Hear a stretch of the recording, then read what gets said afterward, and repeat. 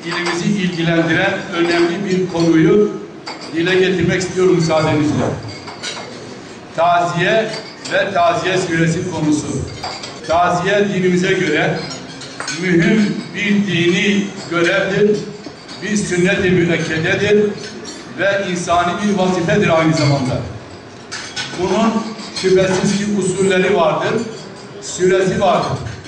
Usulüne ve süresine riayet edilerek yerine getirilirse hem ibadet olur, Resulullah'ın bir sünneti yerine getirilmiş olur ve insani görev de ifa edilmiş olur. Peygamberimiz Aleyhisselatü Vesselam vefat eden bir sahabinin evine yemek gönderilmesini istiyor. 3 gün içinde her taraftan taziyesine gelinebilir ve bu taziye 3 gün içinde bitirilebilir. Ama yurt dışında olacağı için katılamadı. Kendisi de sonuna kadar bu kararı desteklediğini ifade etti. Köşeler yapanların çoğu şehir dışındadır.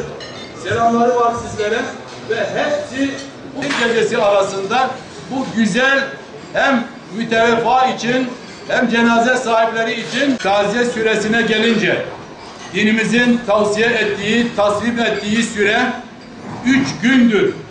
3 günden fazla olması İslam'ın teamüllerine ve dinimizin tasviplerine aykırıdır. 3 günden fazla olması, bu sürenin aşılması bir külfettir ve dinin tavsiyelerine de aykırıdır. Hangi mecliste otursak, kiminle konuşsak bundan hep dert yanıldığını şahit oldum ben. Hiç kimseden de ya tabii ki uzun olsun dediğini şu ana kadar duymadım bir yıllık süre içerisinde. Elbette bu tür toplumsal konuları belki bir kararla halletmek çok kolay olmayabilir. İşin bir yönü bu. Diğer bir yönü de kuşkusuz dine dayalı ya da dini içeriği olan bir konuda benim vali olarak veya bir kamu görevlisinin şöyle olsun ya da böyle olsun demesi de çok mantıklı olmayabilir. Ancak elhamdülillah hepimiz Müslümanız. Bizler İslam dininin mantıklı, insan haklarına uygun ve her açıdan ortalama bir düzeni, yolu tutturmuş bir din olduğunu biliyoruz. Hani aşırılık yoktur denir dinde. Aynen bunun gibi bu taziye konusunda da o ki bir rahatsızlık var, konuşuluyor. O halde bu rahatsızlığı giderme açısından çok değerli hocamızın, müftümüzün yaptığı bu girişimi destekliyoruz.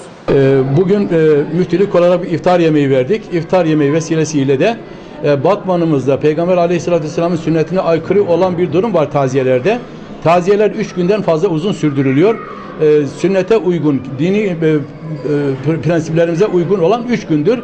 Biz bu konuyu da dile getirdik. Vali, belediye başkanı, kanaat önderleri, rektör, alimler, mellalar, seydalar, şeyhler bütün bunların huzurunda bu karar alınmış oldu. Tabi iftar yemeği zaten güzel bir şeydir. Biz bunu bir vesile kıldık. Bu güzel kararın alınması için. İnşallah Batman'ımızda da bundan böyle süre sünnete uygun olan olur ve taziye 3 günden fazla uzun sürdürülmez. Peygamber Aleyhisselam nasıl tavsiye etmişse o şekilde bu sünnet yerine getirilir.